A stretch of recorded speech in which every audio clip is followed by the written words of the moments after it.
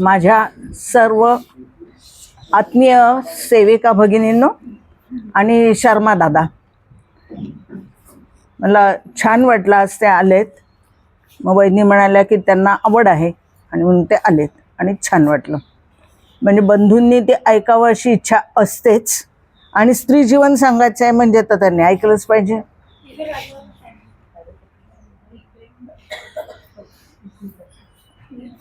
हां,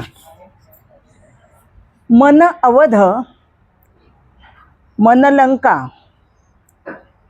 मन रावण, मन श्रीराम, मन के अंदर नित चलत है देवा सुर संग्राम. हे आपण गेले 3 दिवस पाहतो आणि मला हे नेहमीचा हा श्लोक आवडतो आणि तो रात्रंदिवस आठवत पण असतो. काय करू आणि काय नको असा संभ्रम झाला की मग लगेच वाटतं की नाही, रामच व्हायचं आहे, रावणाला विसरायला हवं. त्यामुळे सारखा तो श्लोक डोक्यात असतो आणि मग अभ्यास करताना ते खूप सोयीचं जातं. सकारात्मकच फक्त ऊर्जा निर्माण होते आणि मग जेवढं सकारात्मक आहे आणि ज्या पद्धतीने काहीही असलं तरी ते सकारात्मक पद्धतीनंच सांगायचं आहे हे कुठेतरी डोक्यात स्थिरावतं. आणि त्यामुळे प्रसंग कुठलाही असू दे, आपल्या दृष्टीनं तो अनुकूल करून कसा सांगता येईल ही एक शक्ती या श्लोकामुळे मिळते असा माझा विश्वास आहे. असो काय आहे, सगळ्यांनी वागावं असंच, पण ज्या आता आपण पुढे बघणार आहोत त्या सगळ्या असं वागत होत्या हे लक्षात येईल. कसं बघा, जनासी सदा गोड शब्दे वदावे, जनासी सदा गोड शब्दे वदावे, जनी शुद्ध सौजन्य ते दाखवावे, जनी शुद्ध सौजन्य ते दाखवावे. स्पृहा नित्य व्हावी, स्पृहा नित्य व्हावी असे शील ठेवी, स्पृहा नित्य व्हावी असे शील ठेवी, आशानेच नेतृत्व होते प्रभावी, आशानेच नेतृत्व होते प्रभावी. राम आमचा नेता आहे, हो ना. सीता आमची नेता आहे कारण त्यांचं शील, त्यांचं वागणं कसं आहे, सगळ्यांशी गोड बोलायचं आहे, सदा गोड शब्दे वदावे, जनी शुद्ध सौजन्य ते दाखवावे. सगळ्या प्रजेशी, सगळ्या आपल्या भोवताच्या सगळ्यांची सौजन्याने वागावं, नम्रपणे वागावं. कशाला आलायस, तुझं काय काम होतं, का आलायस, काही काम होतं का. शब्दात फरक आहे, दोन्ही वाक्यांमध्ये फरक आहे. कसं बोलावं, पुन्हा ती समोरची व्यक्ती येईल का हो आपल्याशी बोलायला. कशाला आलायस, काय काम होतं, ते पुन्हा नाही येणार. तो म्हणेल त्या आजींकडे दुसऱ्या कोणाला तरी पाठवा, मी नाही जाणार.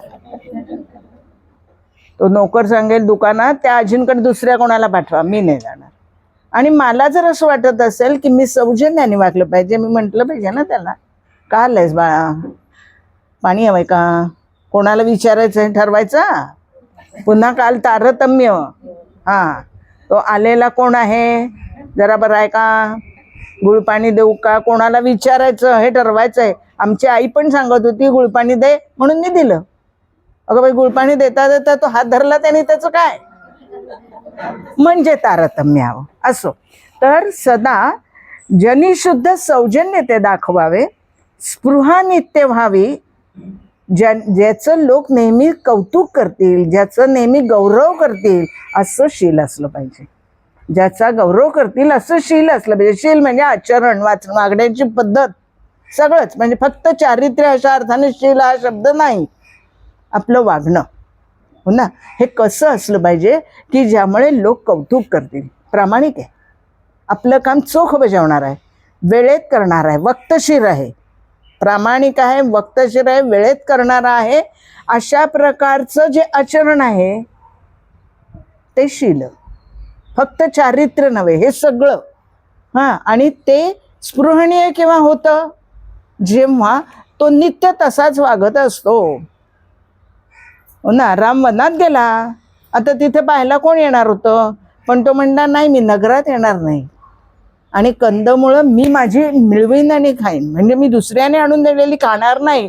कुठे काय येणार होती हो बघायला, है ना, का बघायला येणार नव्हती. पण एकदा ठरलंय ना की मी याच पद्धतीनं वागणार आहे, कारण मी माझ्या मनाशी प्रामाणिक असलं पाहिजे, मी माझ्या मनाशी प्रामाणिक असलं पाहिजे. हो ना, आणि तसं शील ज्याचं असतं तेच नेते होतात, त्यांचं नेतृत्व प्रभावी राहतं, 18,000 वर्ष प्रभावी राहतं. आजही राम तेवढाच आपल्याला प्रिय आहे, शिस्तप्रिय आहे, आपल्याला तेवढ्याच प्रखरतेनं जाणवतं. तेव्हा होता तसाच वक्तशीर आहे, तसाच प्रामाणिक आहे, तसाच आज्ञाधारक आहे. आता तो नाही आहे, पण त्याचं तत्व आम्हाला कळलंय आणि त्यामुळे ते तत्व आताही तसंच आहे अशी आपली श्रद्धा आहे, अशी आपली श्रद्धा आहे आणि ती दृढ असणं आवश्यक आहे, ती दृढ असणं आवश्यक आहे. आपण कालपर्यंत वेगवेगळ्या स्त्रियांचा अभ्यास करत होतो. शर्मा बघितली, सुलोचना बघितली, मंदोदरी बघितली. हो ना, ते राक्षस कुळामधल्या म्हणून त्या आपण आधी बघितल्या.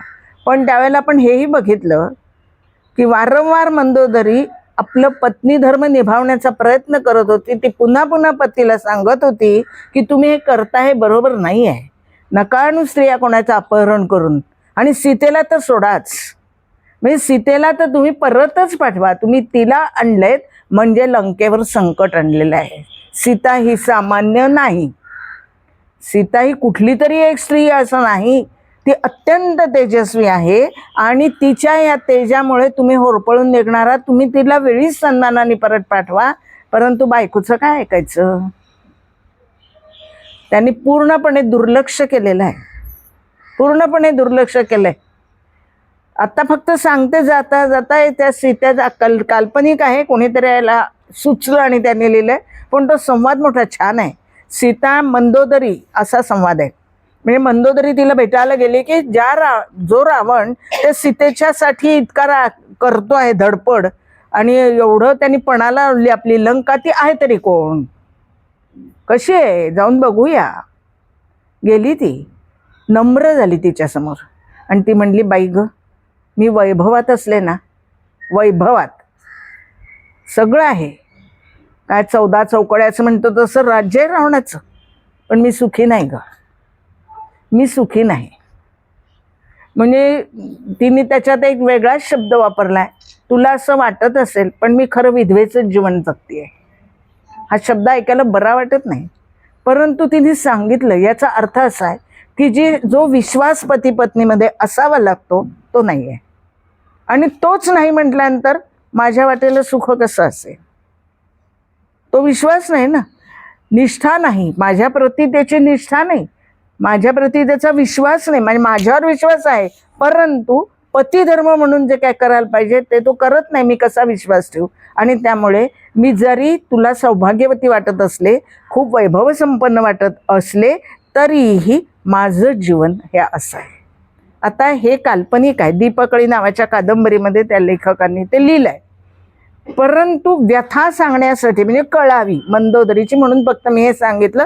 याचा उल्लेख कुठेही वाल्मिकी रामायणामध्ये नाही, फक्त तिची व्यथा काय आहे आणि स्त्रीला नेमकं काय हवं असतं हे कळावं म्हणून सांगितलं की पतीचा विश्वास, हो ना, परस्पर पूरक आणि परस्पर विश्वास याच्यावरच कुटुंब स्थिर राहतं, यावरच कुटुंब स्थिर राहतं, आणि कुटुंब स्थिर राहिलं तरच समाज स्थिर राहतो, आणि समाज स्थिर असेल तरच राष्ट्र स्थिर राहतं.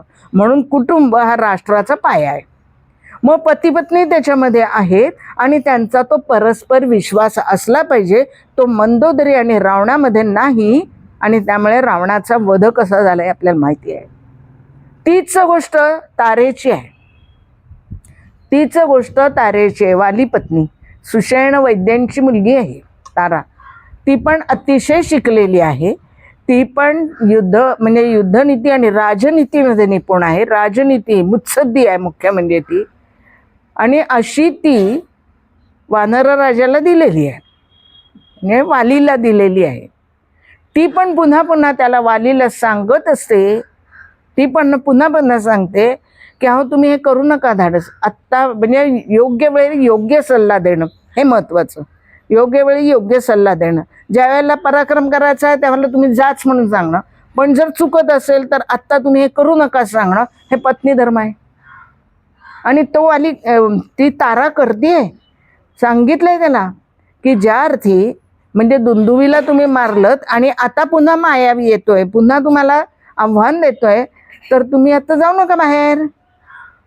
तो म्हणतो छे छे, मी केवढा बरा माहिती नाही तुला. अहंकार फार मोठा दुर्गुण आहे. अहंकार हा फार मोठा दुर्गुण आहे. आणि त्यामुळे वाली म्हणला नाही, आणि एकतर मी क्षत्रिय, म्हणजे मला त्याने आव्हान दिले म्हणजे मी गेलंच पाहिजे वगैरे. मग मायावी कसा गेला, पुढे काय झालं माहिती आहे तुम्हाला सगळ्यांना. हे दुसऱ्यांदा झालं. यांनी सुग्रीवानी आव्हान दिलं, आज दिलं रामाच्या सांगण्यावरून, हो ना. आणि त्या दिवशी वाली मेला नाही, कारण दोघं सारखे आहेत. ती पण कथा आपल्याला माहिती आहे. दुसऱ्या दिवशी मग एक माळ घातली आहे त्याच्या गळ्यात सुग्रीवाच्या, म्हणजे ज्याच्या गळ्यात माळ आहे तो सुग्रीव आहे आणि दुसरा आहे तो वाली आहे. आणि मग वाली मेलेला आहे. ही पण कथा आपल्याला माहिती आहे. त्याही वेळेला तिने सांगितलं होतं की ज्या अर्थी काल सुग्रीवाचा पराभव होऊ नये, आज तो तुम्हाला आव्हान देतो, याचा अर्थ असा आहे तुम्ही आज जाऊ नका. त्याच्या मदतीला कोणीतरी आलंय, त्याच्या मदतीला कोणीतरी आलंय, तुमचा पराभव होईल किंवा तुमची हानी होईल. किंवा तिला असे कदाचित वाटत असेल की त्याचा इथे त्या ठिकाणी वध जाऊ शकेल, पण नाही ऐकलं. तुला काय म्हणजे तू कोण सांगतेस, नाही जमणार ही. आणि ते व्हायचं ते झालं. वाली गेला, का गेला, कसा गेला, रामाला काय म्हणाला वगैरे ते नंतर, म्हणजे तो काय आजचा विषय नाही. परंतु आता ती सती जायला निघाली, त्यावेळेला रामाने तिची समजूत घातली आणि तिला सांगितलंय की शेवटी यमनियम काही असतात, मनात आलं आणि त्याच्याबरोबर असं नको करू. आणि अंगदाला तुझी गरज आहे, तुझ्या मुलाला तुझी गरज आहे, आणि त्यामुळे तू सती जाण्याचा विचार सोड. हे रामाने पण तिला समजावलं आणि ती थांबलेली आहे. त्यावेळ पण वालीने जाताना उशिरा का होईना पण कुठेतरी त्याला असं जाणवलं आणि त्यांनी सुग्रीवाला बरोबर बोलवून सांगितलं की बाबा रे, तारा आहे ना, तिला एखाद्या संकटाची चाहूल आधी लागते, पूर्वसंकेत तिला मिळतात. मग ते नैसर्गिक असो किंवा मानवी असो, कुठलंही असलं तरी सुद्धा तिला संकेत मिळतात आणि ती त्या आपल्याला जागं करण्याचा प्रयत्न करते, सावध करण्याचा प्रयत्न करते. मी दुर्लक्ष केलं, तू मात्र करू नकोस, तिचा सल्ला योग्य वेळेला घे, हे त्यांनी सांगितलंय सुग्रीवाला. म्हणजे शेवटी का होईना मान्य झालंय ना, शेवटी का होईना त्याला ते कळलंय आपल्या पत्नीची काय योग्यता आहे, म्हणजे ती किती मोठी आहे हे कळलंय आणि ते सांगितलंय. आणि त्याप्रमाणे आणि मग ताराचा मुत्सद्देगिरीपणा आपल्याला जो माहिती येतो असा की म्हणजे मुदत संपली, पावसाळा संपला, अजून सुग्रीवाकडून काही सीतेच्या शोधाची हालचाल सुरू होते म्हटल्यानंतर लक्ष्मणाला पाठवले. लक्ष्मण शीघ्रकोपी आहे, आपल्याला सगळं माहिती आहे ही कथा. त्यावेळेला हनुमंतांनी त्यात काय केलं असेल की तारेला समोर पाठवली. लक्ष्मण काय आहे हे त्याला पूर्णपणे तो ओळखलेला आहे, कारण तो माणसं अचूक वाचायचा हनुमंत. त्याला त्या चेहऱ्यांवरून आणि मुद्रेवरून कळायच्या भावना किंवा विचार काय आहे आणि कोण व्यक्ती कशी आहे. त्यामुळे तो शीघ्रकोपी आहे आणि काहीतरी सुग्रीवाला तो अपाय करणार. मग आता काय करूया, तारेला पाठवूया. तारा म्हणजे स्त्री दाक्षिण्य किंवा स्त्री समोर आली की लक्ष्मण बोलणारच नाही, अशी उत्तरं तो देणारच नाही. आणि म्हणून मी सांगितलं की सौजन्य आणि शील याचा काय संबंध आहे ना, हनुमंत ह्या लक्ष्मणाच्या संदर्भात सुद्धा आहे. आणि त्यांनी लक्ष्मणाच्या समोर तारेला आधी पाठवलं. ताराने मग सांगितलं 4 गोष्टी तिला, म्हणजे सुग्रीवाच्या बाजूने की काय आहे, आता इतके दिवस तो ह्या सगळ्या सुखापासून दुरावला होता, मग आता ती सुख मिळाली आहेत त्याला सगळी, ऐहिक सुख सगळी, आणि त्यामुळे तो त्या विलासामध्ये मग्न राहिला आणि चुकून त्याच्या हातून हे घडलेलं आहे. पण दरम्यान हनुमंतांनी आपली कामगिरी केलेली होती. हनुमंताने आपली कामगिरी केली होती. राजा काहीतरी चुकतो हे त्यालाही कळलेलं होतं. त्याने काही कागदांवर सह्या घेतल्या होत्या. तो मंत्री होता ना, हनुमंत सुग्रीवाचा मंत्री होता. सह्या घेतल्या होत्या आणि त्यांनी वानर युथांकडे ते आज्ञा पाठवून दिल्या होत्या. कारण त्या हनुमंताची सही चालणार नव्हती ना, सुग्रीवाचीच हवी, राजाचीच हवी. ते त्यांनी काम केलेलं होतं. परंतु इकडे हिनं तारेनं त्याची समजूत घालण्यामध्ये त्याला थोडं शांत केलं. आपण म्हणतो ना, खूप राग आला ना की जरा 10 अंक मोजावे. काही वेळेला आपली आई सांगते की बाई 10 अंकात नाही शांत झालं तर आणखीन 4 मोज. लगेच प्रतिक्रिया देऊ नको. रागाच्या भरात कुठलीही प्रतिक्रिया लगेच देऊ नकोस.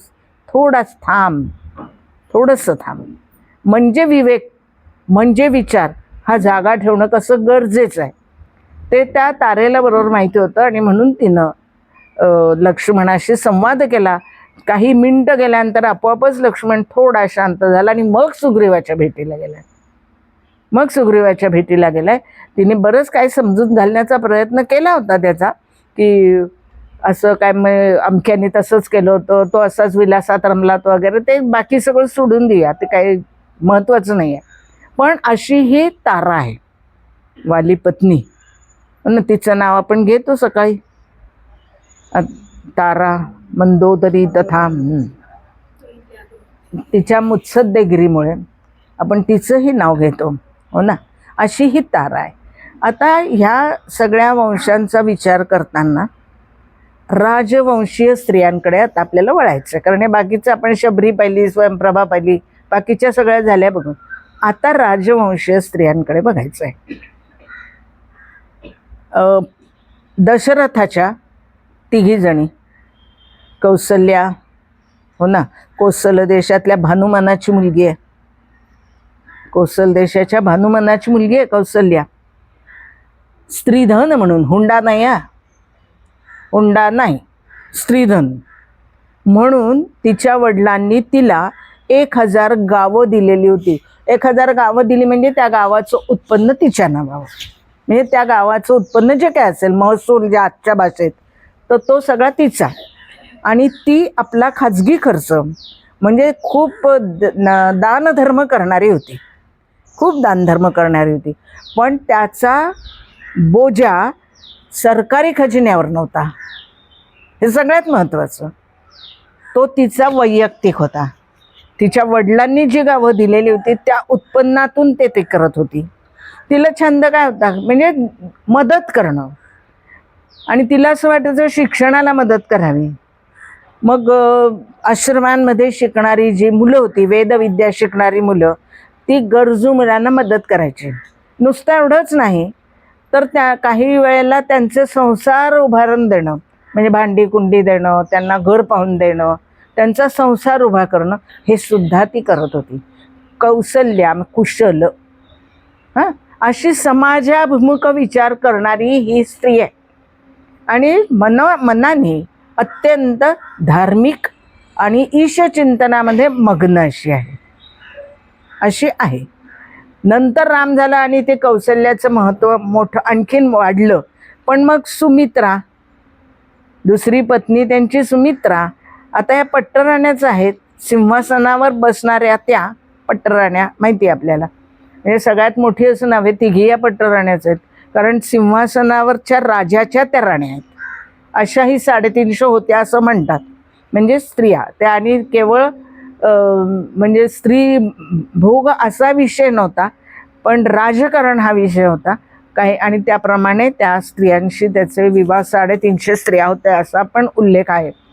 ही दुसरी सुमित्रा, ती नावासारखीच होती, सगळ्यांशी मित्र जोडणारी सुमित्रा, सगळ्यांशी गोड बोलणारी. आणि मुख्य म्हणजे अत्यंत शांत आणि विचारी. तिला हे माहिती होतं. म्हणजे असं काल एका प्रवचनाला गेले होते आणि तिथलं ऐकलेलं सांगते फक्त एक उदाहरण. तर त्यांनी असं म्हटलं की हा लक्ष्मण खूप रडायला लागला, काही केलं थांबे ना. लक्ष्मण खूप लहान असताना खूप रडायला लागला म्हणे, काही केलं थांबे ना. सगळे काय करता येईल, सगळे काय घरातल्या बायका ज्या काय असतात प्रौढ अनुभवी, काय काय कोणी काही करतंय, पोट दुखत असेल, काहीतरी होत असेल, हात दुखत असेल, पायचे भाजप काही नाही. सुमित्रेच्या लक्षात आलं. सुमित्रेनं आपल्या बाळाला उचललं आणि रामाच्या शेजारी पाण्यात ठेवलं. लक्ष्मण शांत झाला.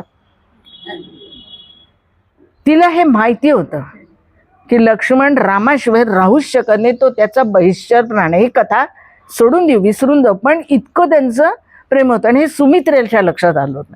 आणि त्यामुळे जेव्हा वनात जायचं ठरलं, रामाला सांगितलं होतं जायला, पण हा राहणारच नाही ना, रामाशिवाय जगूच शकत नाही. हा इथे राहून काय आनंदी राहणार नाही, त्याच्यापेक्षा तिथे जाऊ देत, तिथे जाऊ देत असं म्हणताना तिने त्याला असं सांगितलं की तो तुझा मोठा भाऊ आहे. म्हणजे फार अंतर नाही बरं का, खरं म्हणजे हे नवमीचे तो एकादशीचा आहे. लक्ष्मण एकादशीचा आणि राम नवमीचा आहे. आणि भरतनाथ तर पहाटेचाच आहे, फक्त नक्षत्र बदललंय.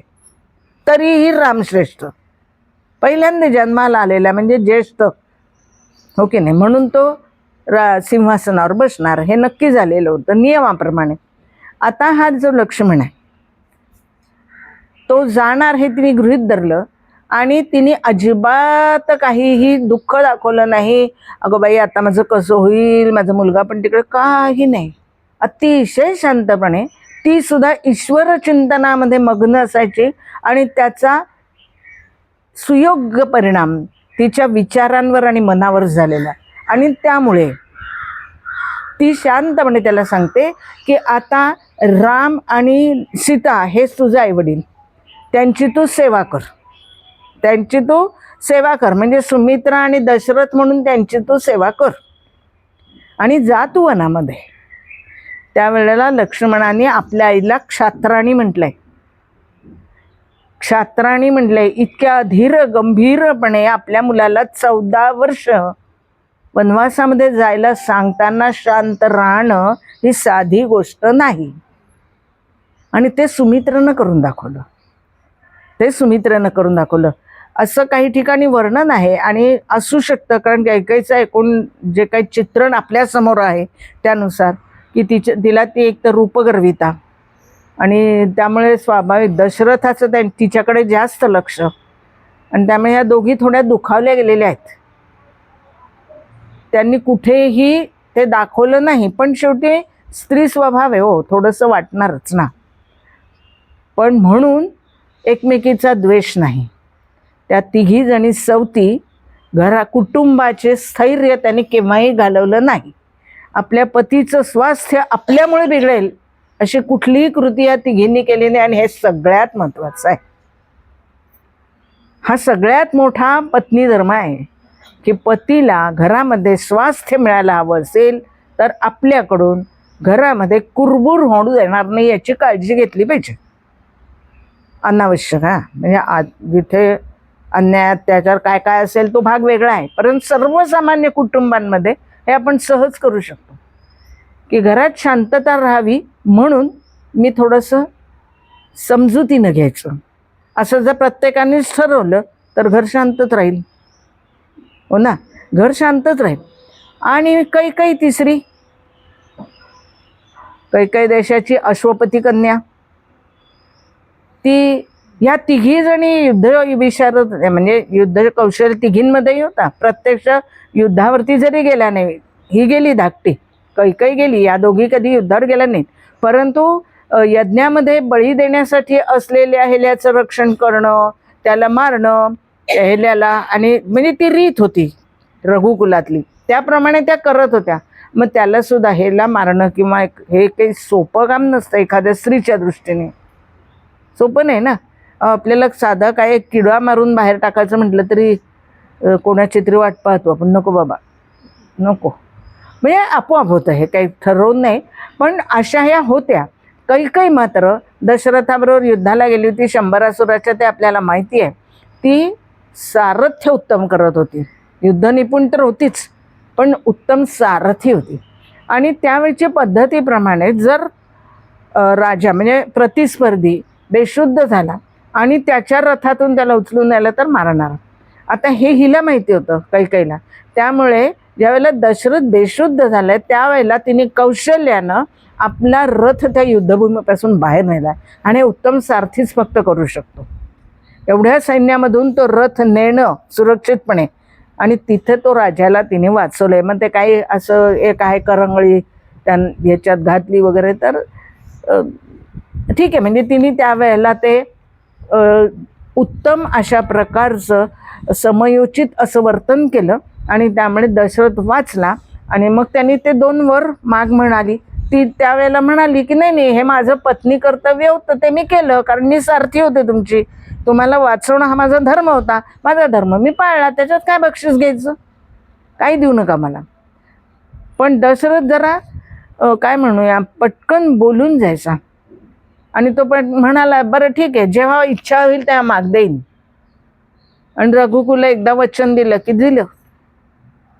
मग त्याचा परिणाम आपल्याला माहिती आहे पुढे काय झाला तो, हो ना. आता दासदासी सुमित्रा कौशल्यबरोबर पण आलेल्या होत्या, पण त्यांनी यांच्या राजवाड्यात कधी ढवळाढवळ नाही केली, तिच्याही बरोबर आलेल्या होत्या. कैकईची दासी मात्र तिने त्या ढवळाढवळ केली मंथरेने, हो ना. सगळं बिघडवलंच मुळे. आता त्याचे उदात्तीकरण होत आहे, म्हणजे करतायत लोक, की ती पण त्या रावणाला मारण्याचा जो काही एकूण योजना होती, प्लॅन, त्याच्यामध्ये ती पण होती वगैरे. पण जाऊ दे, जाऊ दे. पण मंथरा आणि तो द्वेष मत्सर तिने तिच्या डोक्यामध्ये बरोबर भिनवलं की अगं वेडी आहेस की काय, तुला मी कशी जपली आहे आत्तापर्यंत.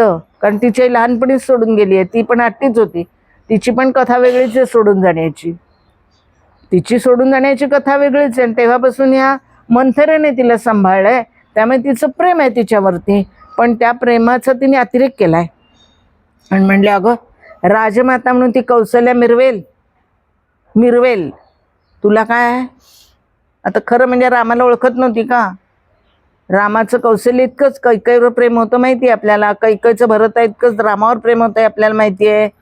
हे सगळं आपण वाचतो बालकांडामध्ये सगळ्या कथा. परंतु ते झालं त्याप्रमाणे ही कैकई ही अशी आहे, हट्टी आहे, हो ना.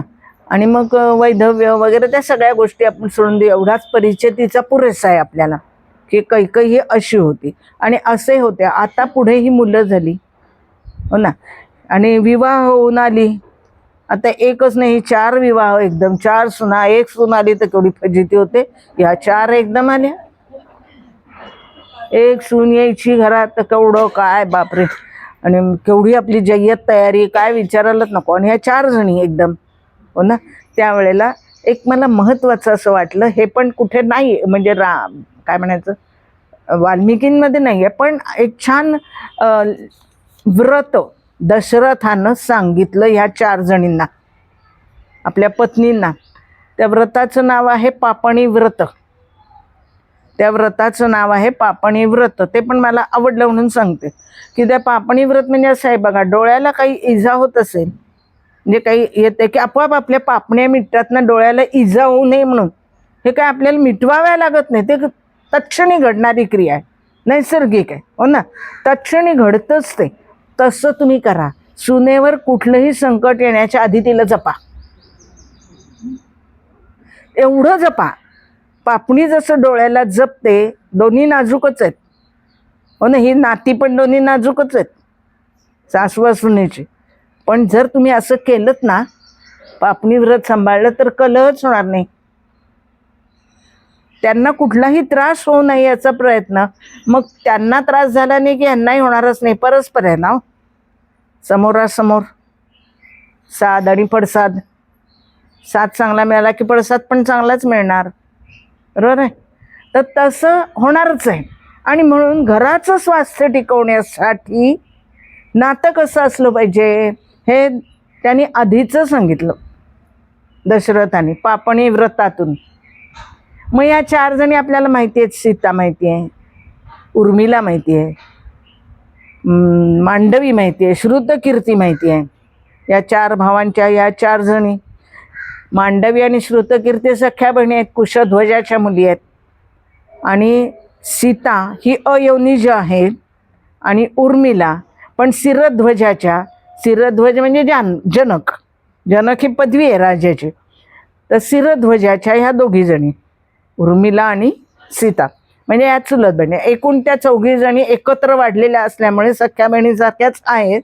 कारण या मांडवीची आणि श्रुतकीर्तीची आई लहानपणी गेलेली आहे आणि तेव्हापासून सुनयनेनंच तिला सांभाळली आहे. सुनयना म्हणजे जनकपत्नी, म्हणजे सीतेची आणि उर्मिलेची आई, तिनंच त्यांना सांभाळलेलं आहे. आणि त्यामुळे ह्या 4 जणी इकडे येणार. हो ना, या 4 येणार. आता सीता म्हणजे आपल्याला माहिती आहे, तिची कथा आपल्याला पूर्णपणे माहिती आहे, ती काही आत्ता पूर्ण सांगण्याची गरज नाही आहे.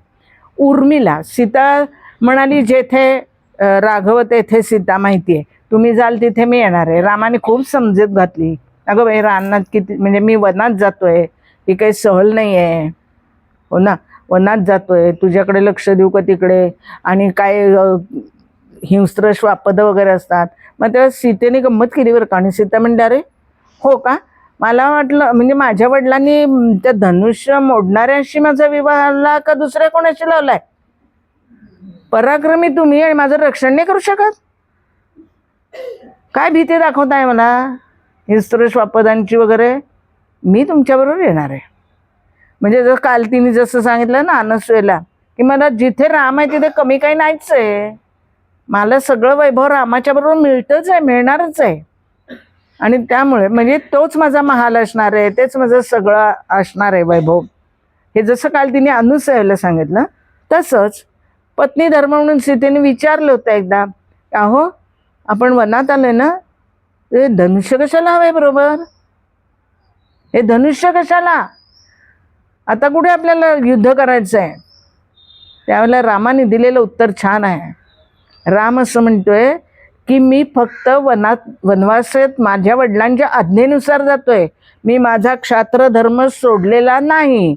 अन्याय आणि अत्याचाराला प्रतिकार करणं हे प्रत्येक क्षत्रियाचं कर्तव्य आहे. आणि त्यामुळे तिथे वनात जर कोणावरती अन्याय अत्याचार झाला तर त्याचा प्रतिकार करण्यासाठी मला शस्त्र हवं, म्हणून ते मी घेतलंय. सीतेचं समाधान झालंय बघा. तिला माहित नव्हतं का, हे सगळं माहिती होतं. पण बघूया तरी हे काय म्हणतायत, सांगून ते बघू. बरं झालं बाई तू सुचवलंस, हे ठेवलं खाली. असं नाही झालं. दोघांनी आपापला धर्म पाळलाय, दोघांनीही आपापला धर्म पाळलाय. परस्पर विश्वास आहे, पूर्ण विश्वास आहे. म्हणजे अग्निपरीक्षा झाली तेव्हाही तिला माहिती होतं, रामाने हे सांगितलं होतं, मला माझा पूर्ण विश्वास आहे. परंतु लोकांसाठी, लोकापवादासाठी तिने म्हणजे एखादी परीक्षा द्यावी आणि तिने ती अग्निपरीक्षा दिलेली आहे. तिने अग्निपरीक्षा दिलेली आहे. तिलाही हे माहिती होतं की रामाचा आपल्यावर पूर्ण विश्वास आहे. तिलाही हे माहिती होतं. हनुमंतालाही तिने सांगितलं होतं की तुझ्याबरोबर नाही मी येणार, कारण रावणाचा मला बळजबरीने स्पर्श झालाय. परपुरुषाचा स्पर्श, जरी तू माझा मुलगा असलास ना तरी सुद्धा मी तुझ्याबरोबर नाही येणार अरे बाळा. आणि दुसरं कारण असं आहे की माझ्या पराक्रमी नवऱ्यानंच मला इथून पराक्रम गाजवून नेला पाहिजे. केवढा अभिमान आहे, केवढा विश्वास आहे. म्हणून राम आणि सीता, हो ना, म्हणून राम आणि सीता दोघं जण आदर्श आहेत, नेतृत्व करतायत आजही, असे ते आहेत. हे सीतेचं वैशिष्ट्य आहे. हे सगळे आपल्याला कथा माहिती आहेत, फक्त तिच्या ह्या गुणांशी काय काय जोडता येईल, कुठला प्रसंग जोडता येईल एवढ्यासाठी मी या सांगितल्या की हे याच्यासाठी ही कथा, याच्यासाठी हे आहे असं. आणि मग परत आले, सगळ्यांनी काय काय पराक्रम केलेले होते, सगळ्यांना बक्षिसं द्यायची, एकेकाचं नाव पुकारलं, याला बक्षीस त्याला बक्षीस. हनुमंताचं नाव यायच ना, राम विसरले की काय, एवढं त्यांनी केलं माझा शोध लावण्यासाठी, आणि हे विसरले कसे. हो ना, रामाच्या लक्षात आलं हिची चलबिचल शेजारी बसून काय चालली. ती म्हणली काय कोणाला शोधतेस, हनुमंताला. तो बघ त्या खांबाच्या मागे. हनुमंत पुढे येणारच नव्हता ना, मी केलं हा भावच नाही आहे, हा भावच नाही. आणि कार्यकर्त्यांनी असंच असलं पाहिजे, मी केलं नाही, झालं सगळ्यांच्या बरोबर झालं, म्हणजे अहंकार नाही आहे. तिने बोलवलं, दिली ती एवढी सुंदर माळ त्याला दिलेली, रामानं दिलेली, आणि ती त्याला भेट म्हणून दिली. रामापेक्षा म्हणजे मोठे पण दिलं ना, रामाने दिलेली माळ त्याला दिली, त्याला काय त्याचा उपयोग? फोडून टाकले सगळे मणी, सगळे मणी फोडले. ज्यात राम नाही त्याचा काय उपयोग? नुसतं घेऊन उपयोग काय? ज्याच्यात राम नाही, ज्याच्यामध्ये तेज नाही, ते निर्जीव मणी, ज्याच्यामध्ये रस नाही. राम म्हणजे काय? सगळं आहे, तेज आहे, रस आहे, कलात्मकता आहे, तत्व आहे, पराक्रम आहे, हे सगळं म्हणजे रामायण. हे काही ते मला मण्यामध्ये दिसत नाही, घेऊन काय करू? हे निरुपयोगी आहे, माझ्या दृष्टीने ते निरुपयोगी आहे, आणि म्हणून मी ते फोडून टाकलं. हे हनुमंताचं काहीतरी सांगायलाच पाहिजे म्हणून सांगितलं. तर मग दुसरी उर्मिला, कारण वेळ कमी आणि माणसं जास्ती असं झालं. तर दुसरी उर्मिला म्हणजे सांगावं ज्यांच्याबरोबर भरभरून सांगावं अशा आहेत सगळ्या, आणि आपला वेळ एवढासा, हो ना, असं. तर मग ते उर्मिला, तिला असं वाटलं लक्ष्मण आपला निरोप घ्यायला आलाय की काय, म्हणजे जाऊया बरोबर, असं येतेस ना वाटणार. हो की आता हे पण म्हणतील मला चल बरोबर म्हणून, स्वाभाविक आहे, म्हणजे एक स्त्री म्हणू ना. आणि ती म्हणजे निघायचं का? तर म्हणजे नाही, कुठे निघायचं, तू नाही यायचंय. आता काय यायचं नाही याची कारणं बघा. काय यायचं नाही, एक तर बघा, वहिनींना आम्ही नेतोय, त्यांच्याकडे आम्हाला लक्ष ठेवावं लागेल. तर तुला नेलं तर आमचं सगळं लक्ष तुमच्यात राहील, काय कसं काय आम्हाला जमावं? हो, ते काय जमायचं नाही, तू येऊ नको, हे लंगडं कारण आहे. पण दुसरं कारण त्याने महत्त्वाचं सांगितलं की आता माझ्या इथे, म्हणजे आता आम्ही तिघही चाललोय, भरत आणि शत्रुघ्न इथे नाही आहेत, ते आजोळी गेलेले आहेत. आणि राजवाड्यामध्ये कोण आहेत? या 3 वृद्ध माता, माझे वृद्ध पिता, हो ना, त्यांची सेवा करण्यासाठी तुला इथेच राहायला हवं. आणि दुसरं असं की राज्यावर कोणी येईपर्यंत, म्हणजे भरत येईपर्यंत निर्णय तुला घ्यायचे, तू दरबारात जायचे. विश्वास होता की तिला, बरं झालं लागलं नाही ना.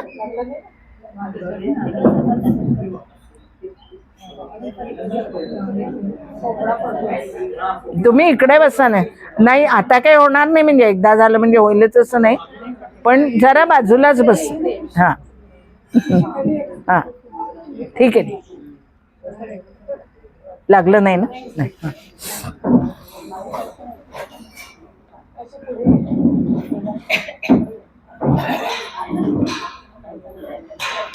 घाबरू नका. आणि नाही, हालचाल सुरू झाली नाही, बरोबर आहे, एकाच ठेच दुसरा शहाणा.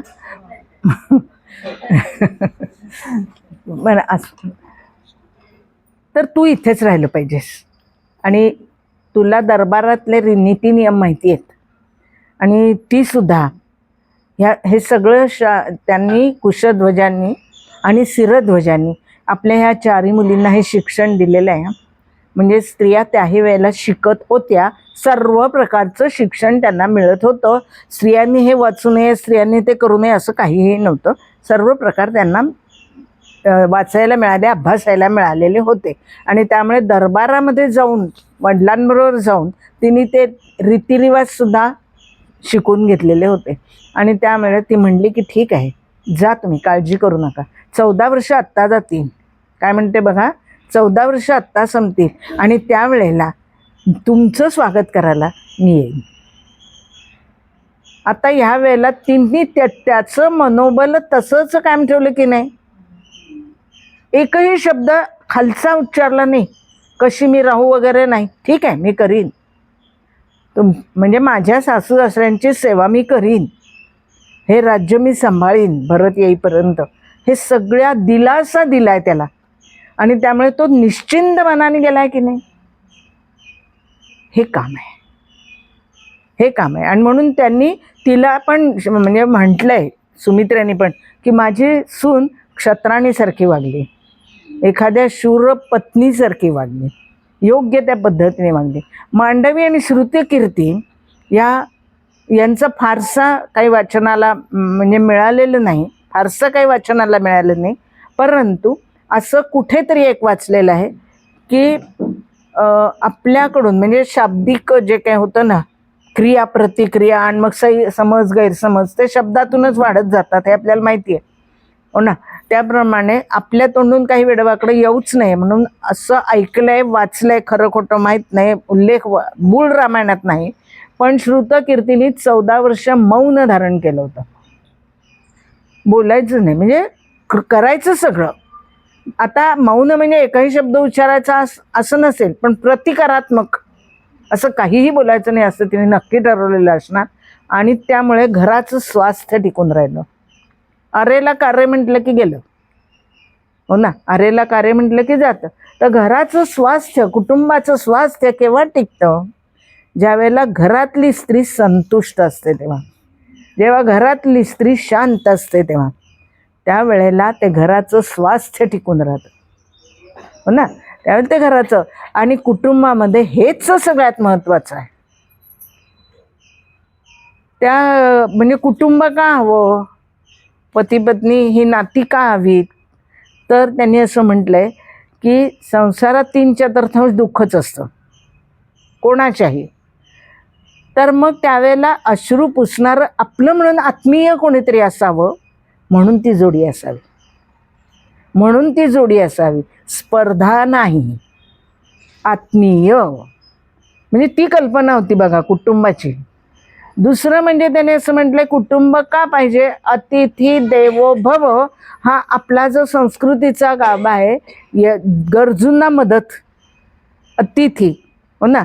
म्हणजे तिथी न सांगता येणारा, काही कधीही न सांगता येणारा, अचानक येणारा, हो ना, तो गरजू, त्याला मदत. ती केव्हा होऊ शकते? जर गृहस्थाश्रम चालवणारे असतील तरच. मदत कोणाकडे मागणार? ज्याच्याकडे आहे त्याच्याकडे. मग जे आहे ते कुठे आहे? तर कुटुंबामध्ये आहे. म्हणजे गृहस्थाश्रम म्हणून गृहस्थाश्रम, आणि तो आश्रम शब्द म्हणून घर करायचं, पती पत्नी म्हणून राहायचं, पण ते परस्पर पूरक म्हणून राहायचं, परस्पर पूरक म्हणून राहायचं पती पत्नीने. स्पर्धा म्हणून नाही, चढाओढ अजिबात नाही. चढाओढ नाही, तुझ्या पॅकेजपेक्षा माझं पॅकेज कमी का जास्ती, मग जास्ती पॅकेज हवंय, मग लग्नच नाही 30व्या वर्षापर्यंत, कारण माझं 25ला काय, 25 मी कमीच सांगते उदाहरण, आणि त्याचं 23च आहे, मग नाही जमायचं. कसं व्हायचं कुटुंब आणि स्थिर?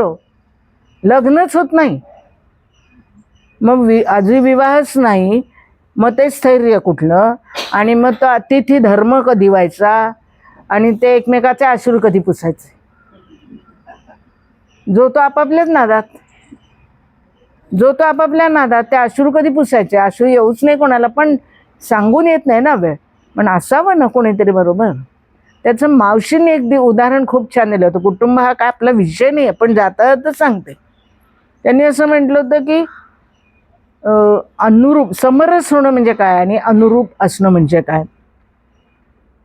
तर लिंबाचं सरबत करतो की नाही, त्याचं मोठं सुंदर उदाहरण त्यांनी दिलं. लिंबाचं सरबत, लिंबू आहे, साखर आहे, गोड आहे, आंबट आहे, पाण्यात मिसळलं आहे. आता लिंबू आंबटपणा वेगळा करा आणि साखर वेगळी करा, करता येईल? नाही येणार. पण दोन्ही मिळून चव चांगली झाली की नाही? तिसरं जे तयार झालं, साखर आणि आंबटपणा हे दोन्ही मिळून जे तयार झालं तिसरं, ते चविष्ट आहे, उत्तम आहे. म्हणजे पुढची जी प्रजा निर्माण होणार आहे ती उत्तम असायला पाहिजे. ती केव्हा? हे परस्पर पूरक असे त्यांचे गुण असतील तेव्हा. चढाओढ असली तर संपलं, हो ना, चढाओढ असली तर संपलं. मग हे अनुरूपता विवाहामध्ये असणं हे गरजेचं आहे. आपण बघतो उंची पाहतो, 6 फूट उंची, मग निदान 5 तरी बायको हवी, 5-6 चालेल. मी उजळ म्हणजे ती उजळ हवी, वगैरे वगैरे.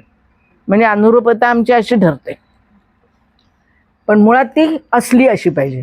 आणि मला सगळ्यात महत्त्वाचं असं वाटलं की तेव्हा जो एक संस्कार, ते पुढे सांगणारच आहे मी एक, तेव्हा जो एक संस्कार व्हायचा तो सगळ्यात मोठा संस्कार म्हणजे त्यांच्यावरती केला जायचा की स्त्रीनं स्त्री म्हणून जगावं आणि पुरुषांनी पुरुष म्हणून जगावं.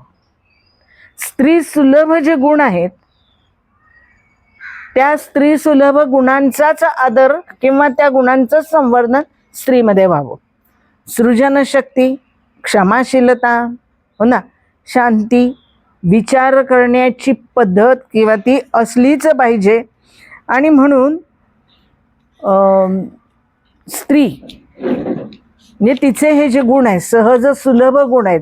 म्हणजे ताई म्हणतात तसं की मोगऱ्याच्या फुलांनी मोगऱ्यासारखं वाढावं ना. गुलाबाची कळी कशी होईल? ती गुलाबाची कळी उमलेल ते गुलाबच होईल, त्याने मोगऱ्यासारखं होऊन कसं चालेल?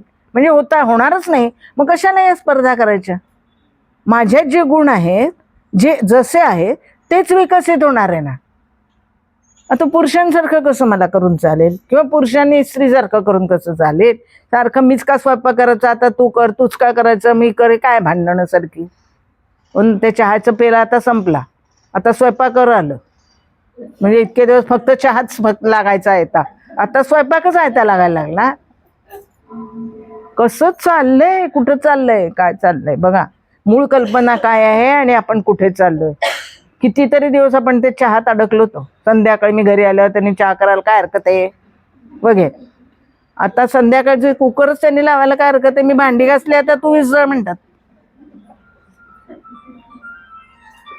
गंमत म्हणून सोडून दे, असावं की नाही एखाद दिवशी गंमत म्हणून ठीक आहे, काही हरकत नाही असंही करायला, गंमत म्हणून. पण ती चढावडच व्हायला लागली हो.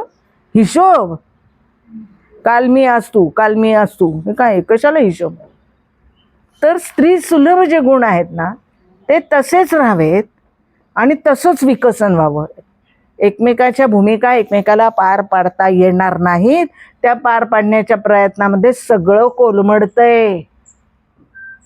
ते आतापर्यंत इतर देशांमध्ये होतं, आमचं कोलमडायला लागलं ना. हे सगळ्यात वाईट आहे की आता आमचं कोलमडायला लागलंय. आतापर्यंत त्यांचं कोलमडलेलं होतं पाश्चात्य देशांचं, पण आम्हाला तर तेच बरं वाटायला लागलं. म्हणजे आमच्या मुले आपल्याशी वाद घालतात, आपली नातवंड. काय आहे तुमच्या धर्मात? बाबा रे, तू काय अभ्यास केला रे धर्माचा? त्यांच्या धर्मात त्यांच्या धर्माचा नको अभ्यास करू, आपल्या धर्माचं कर ना बाबा. त्यांच्या धर्माचा कशाला अभ्यास करू, त्यांचं ते बघतील. पण बघा त्यांच्याकडे कसं आहे, आपल्याकडे बघा कसं आहे. काही अभ्यास वगैरे नसतो. 4 मुलं बोलली की हा बोलला, 4 बायका बोलल्या की आम्ही बोललो. आम्हाला विचारशक्ती आहे की नाही? काही कोणीतरी म्हणताना मी हो म्हणते. तारतम्य विवेक हा असलाच पाहिजे. आणि ह्या सगळ्यांच्या मध्ये होता, या सगळ्यांच्या मध्ये होता. सुनयना ही सीतेची आई, सुनयना ही सीतेची आई हो ना. आता तिनं या मुलींना काय सांगावं जाताना? आता 4ही एकदम निघाल्या हो. एक मुलगी जाताना केवढं आपल्याला असं त्रास होतो. या 4ही एकदम जाणार. सगळा म्हणजे त्यांचा राजवाडा रिकामाच होणार ना. मुली गेल्यावर चिवचिवाट नाही, मुलींचा गडबड नाही हो ना. आणि ह्या सगळ्या एकदम जाणार. पण त्यांनी मुलांना सांगितलं, हे बघा एक लक्षात ठेवायचं, तुम्ही दुहित आहात, तुम्ही दुहित आहात. दोन्ही कुळांचं हित करणारी, दोन्ही कुळांचं हित करणारी ती दुहिता हो ना. सासर आणि माहेर दोन्हींचं तुम्ही बघायचं आहे. म्हणजे सासरी तुम्ही समरसून जायचंय, तुम्ही सासरी समरसून जायचंय. तिथे माहेरसाठी रडत बसायचं नाही, हट्ट करायचं नाही, आमच्याकडे असं होतं म्हणायचं नाही, वगैरे वगैरे जे आपण सांगतो तसंच.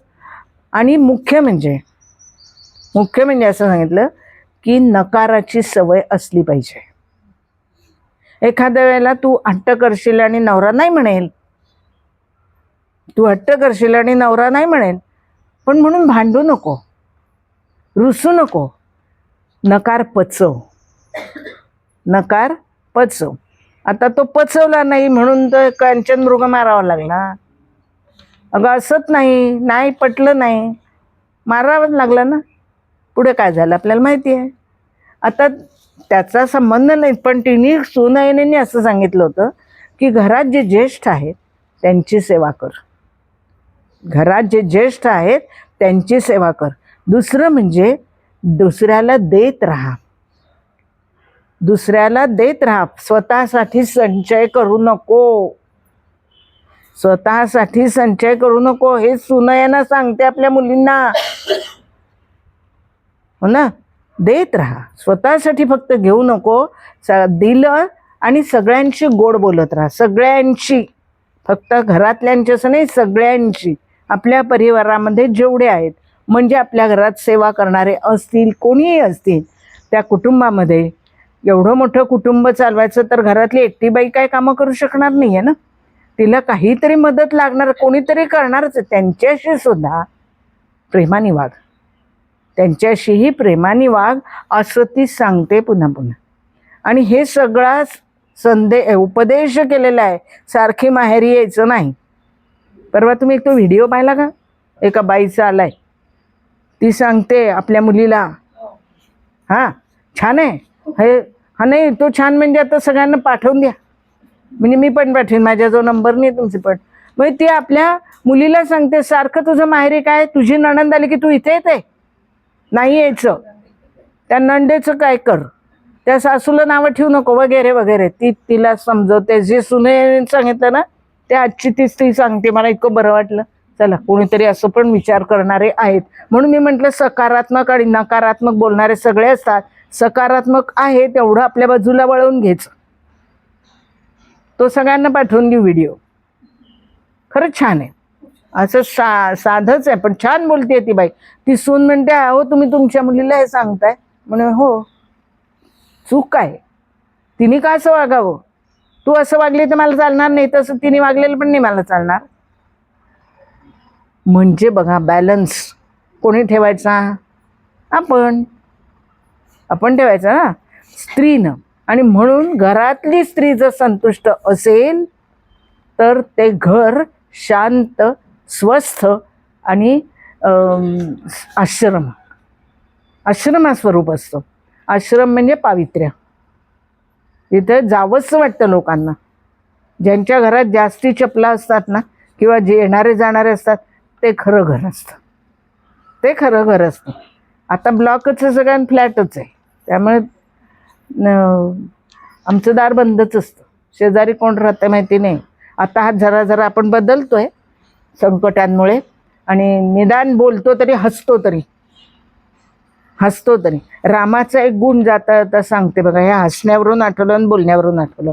राम पूर्वाभाषी होता.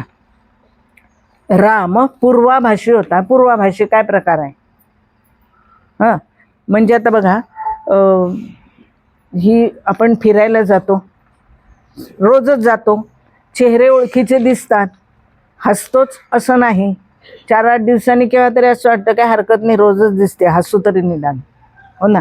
तर रामाचं वेगळेपण असं होतं की तो बोलण्याची वाट नाही पाहायचा, हा आपणून बोलायचा. कोणाशी, कसे आहात, कसं चाललंय तुमचं, हो ना. त्यांनी कुठे मला विचारलं, काय अहंकार त्याला, म्हणजे मला नाही आहे, त्याला किती अहंकार बघा. मला विचारलं का त्याने, मी कशाला बोलू, म्हणजे तू काय अहंकाराने नाही हे बोलत आहे, पण मी चांगला आणि तो कसा वाईट, अशी आपली पद्धत झाली आहे बोलण्याची, विचार करण्याची.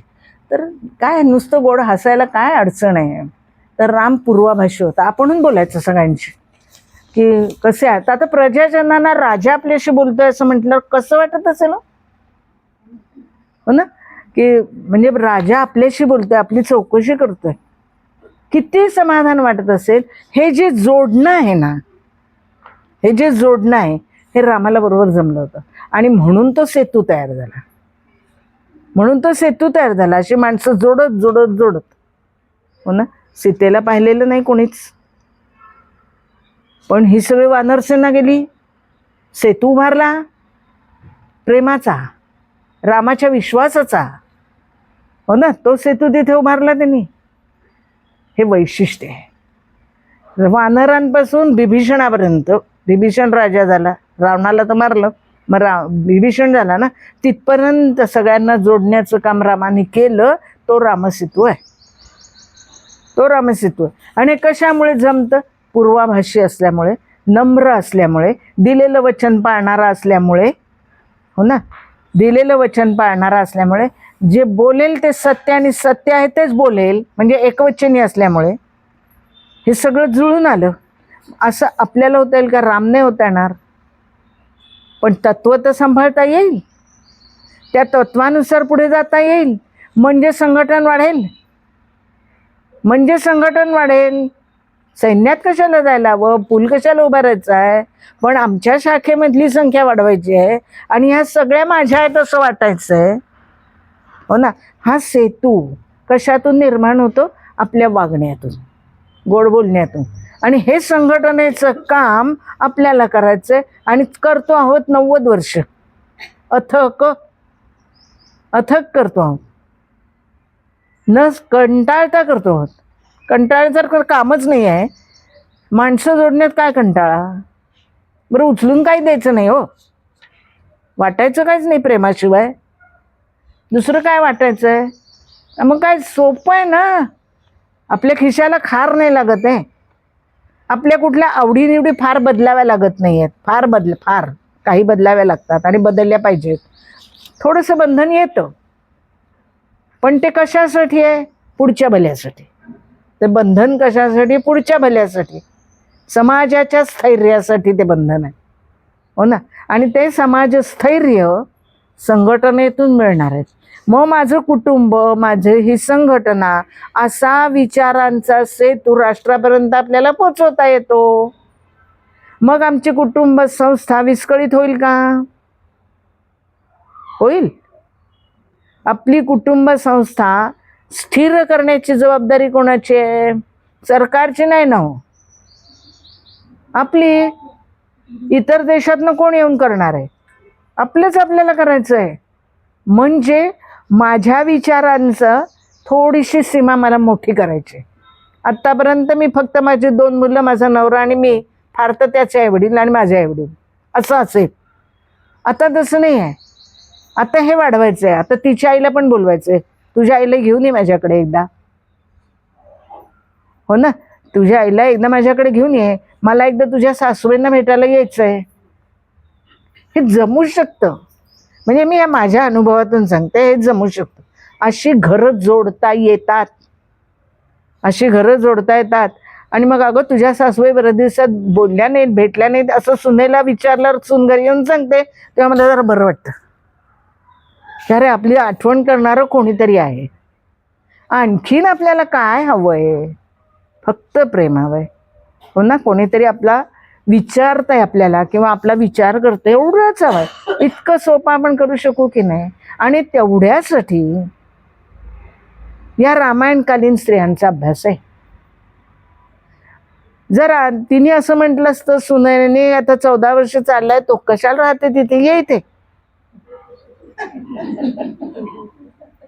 नाही ना असं म्हटलं, नाही असं म्हटलं, कशाला माहेरी यायचंय?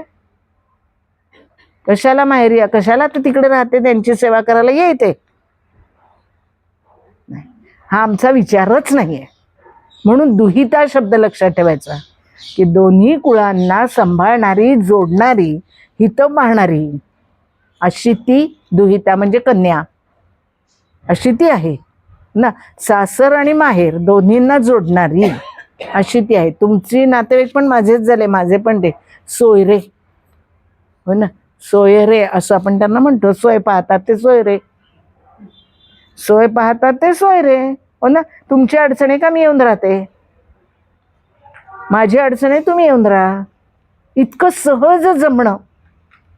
मग नाती दुरावतील का? नाही. कुटुंब दुरावतील का? नाही. हो ना.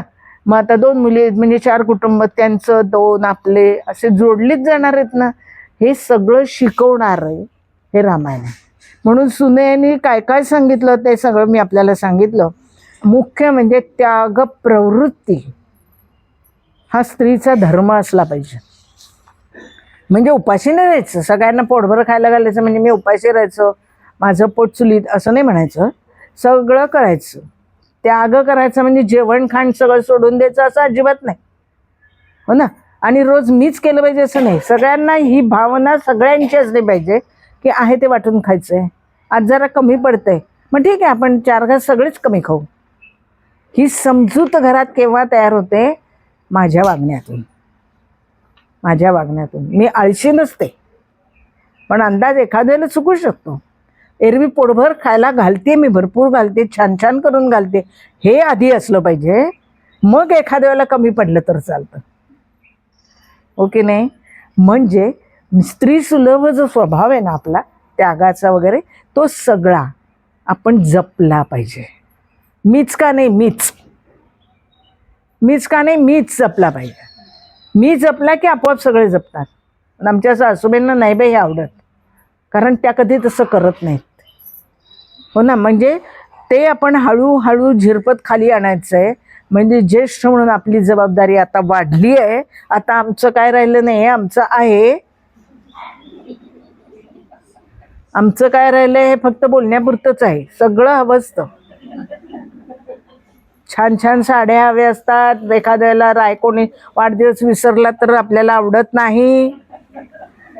वाढदिवस सुद्धा लक्षात ठेवाय, पण तरीही आमचं काय. हां बरोबर आहे. हां, म्हणजे सगळ्यांना पटलं. आमचं काय असं नाही, आमचंच सगळं आहे. माझ्या मुलांनी चांगलंच वागलं पाहिजे. त्या मुलांना असं वाटलं पाहिजे आजी सांगते ते बरोबर आहे. हो ना. आणि हे स्थान मला तेव्हा मिळवता येतं ज्यावेळेला मी सगळं करून दमलेली असते आणि खऱ्या अर्थाने वानप्रस्थाश्रमात असते. आता निर्णयाची जबाबदारी माझी नाही. निर्णय मी नाही घेणार, तुम्ही घ्या. सल्ला विचारला तर देईन, एवढी म्हणजे आमचं काय नाही, माझं सगळं आहे. मी इथेच बसणार आहे. विचारलं तर सांगेन, चूक असेल तर सांगेन. असा ज्या वेळेला आधार घराला मिळतो त्यावेळेला आपण त्याच्यात सामावले जातो.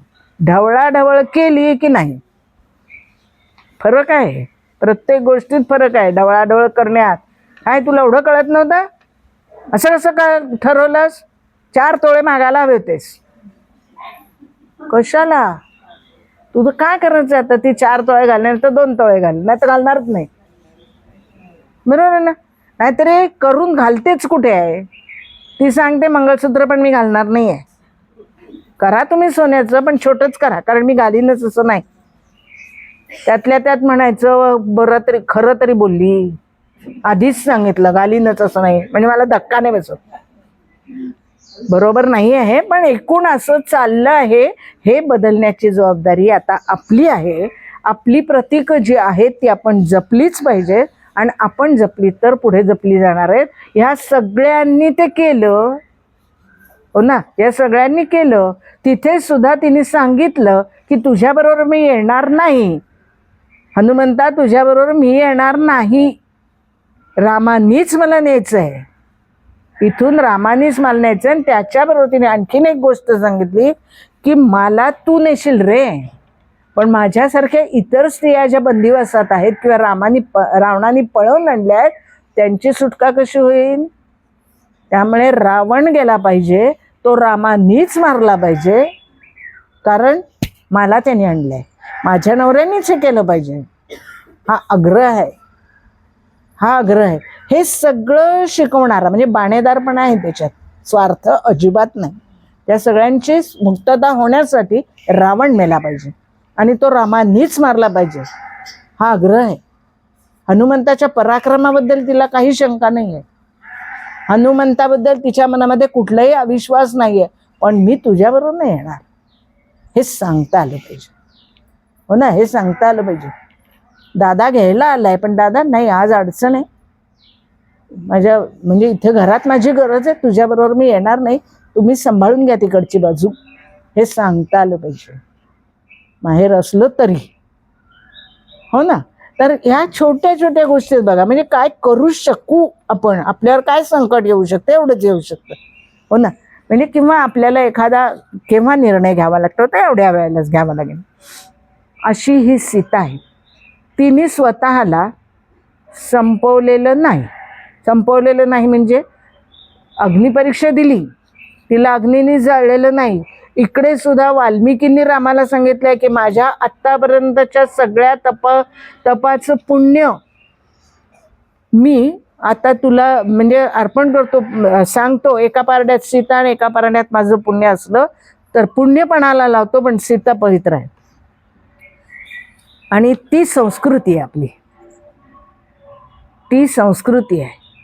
आणि तिने जमिनीत फक्त ती गेली आहे पुन्हा येण्यासाठी. ते बीज पुन्हा येणार आहे. हो ना, ते नाहीसं झालेलं नाही. जमिनीतून त्या संस्काराचं बीज पुन्हा जन्माला येणार आहे, कारण संस्कृती नष्ट होणारी नाही. भारतीय संस्कृती कधीही नष्ट होणार नाही, ती चिरंजीव आहे. आता तिचं चिरंजीवित्व ठेवणं आणि ती आहे तशी स्वच्छ तेजस्वी ठेवणं हे आपला स्त्री वर्गाचा हा अधिकार आहे, किंवा आपली ही जबाबदारी आहे स्त्री वर्गाची. म्हणून सीता मोठी आहे. उर्मिला ह्या चारी बहिणी एकमेकीचा द्वेष करणाऱ्या नाहीत. तुझ्यामुळे माझं झालं, माझ्यामुळे तुझं झालं, अशा प्रकारचा दोषारोप कोणी कोणावर करत नाही. सगळं कुटुंब एकसंध राहिलेलं आहे. सगळं कुटुंब एकसंध राहिले हे वैशिष्ट्य आहे.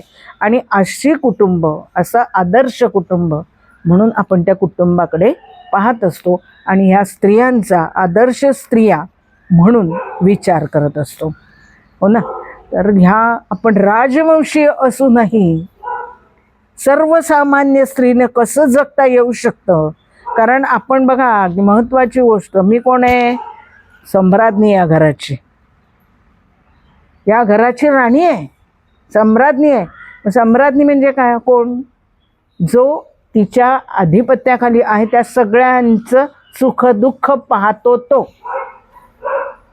मग मी जर सम्राज्ञी असेन तर मला हे सगळं बघितलं पाहिजे. माझ्या कुटुंबामधल्या सगळ्यांचं भरणपोषण नीट होत आहे ना, सगळे नीट वागतायत ना, कुठे काही गुन्हे वगैरे करणार नाहीत ना, माझं राज्य जर नीट ठेवायचं असेल तर हे सम्राज्ञीने जसं बघायला हवं. म्हणजे मी सम्राज्ञी म्हणून जाणार आहे, घरात आले आहे, मला सम्राज्ञी म्हणून गेला, राणी म्हणून गेला, किती बरं वाटतं. पण ती जबाबदारी आहे, राणी म्हणून माझी काही जबाबदारी आहे, हे लक्षात घेतलं पाहिजे. आणि ती जबाबदारी मी सांभाळली पाहिजे. मी गृहस्वामिनी आहे. स्वामिनी म्हणून गेला किती छान वाटतं, पण ते काय स्वामिनीमधनं साड्या आणण्यात इतकं सोपं नाही ना. गृहस्वामिनी आहे मी. इथे स्वामिनी म्हणून जर जगायचं असेल तर स्वामिनी म्हणून मला आधी माझं वर्तन ठेवलं पाहिजे, तर लोक मला म्हणजे आमचे हे घराची कर्ती आहे असं म्हणतील. हे सगळ्यात महत्त्वाचं आहे. तर गृहस्वामिनी हा जो शब्द आहे तो लक्षात ठेवूया, सम्राज्ञी हा शब्द लक्षात ठेवूया. आणि बाकीच्या सगळ्यांना बरोबर घेऊन जाणं म्हणजे काय हे शिकवणाऱ्या या सगळ्या स्त्रिया आहेत. या शिकवणाऱ्या सगळ्या स्त्रिया आहेत. या सीतेनं त्रिजटेला सुद्धा आपल्या बाजूला केली की नाही. म्हणजे सांगितलं मी का परवा पारिजातकाचं उदाहरण दिलं होतं. पारिजातकाची फुलं तिने आणून द्यावी, तिला आपल्या जवळची केली. कशामुळे? आपल्या वर्तनातून. कोणालाही शिव्याशाप नाही, काहीही तिने केलेलं नाही. ती तिच्या विचारांवर ठाम आहे, अटळ आहे, अढळ आहे, अरुंधतीसारखी. आणि म्हणून सीता मोठी आहे. म्हणून ती आता एक शेवटचा श्लोक फक्त म्हणते आणि मग आपलं होईल. आणि मग ते म्हटलं त्याप्रमाणे, खरा त्याग केल्यास पस्तावा केव्हा न वाटे कोणाला. खरा त्याग केल्यास पस्तावा केव्हा न वाटे कोणाला, म्हणजे केव्हा वाटणार नाही. तसा गर्वही वा खरा त्याग निस्वार्थ, म्हणजे गर्व मला होताच का म्हणे ना, मी केवढा त्याग केला, सगळं सोडलं मी त्याच्यासाठी, आणि त्याला आहे काय काही किंमत. हा गर्व झाला, हा गर्व झाला. हो ना. खरा त्याग निस्वार्थ बुद्धीतून तो उफाळून कार्यास्तवे व्यक्त होतो. आणि हे सगळं या चारीही ओळी ह्या सगळ्या रामायणकालीन राजवंशीय असतील किंवा ज्यांचा आदर्श नेतृत्व आपण मानतो अशा सगळ्यांनी ठेवलेला आहे. 3 दिवस तुम्ही मनापासून हे सगळं ऐकता आहात.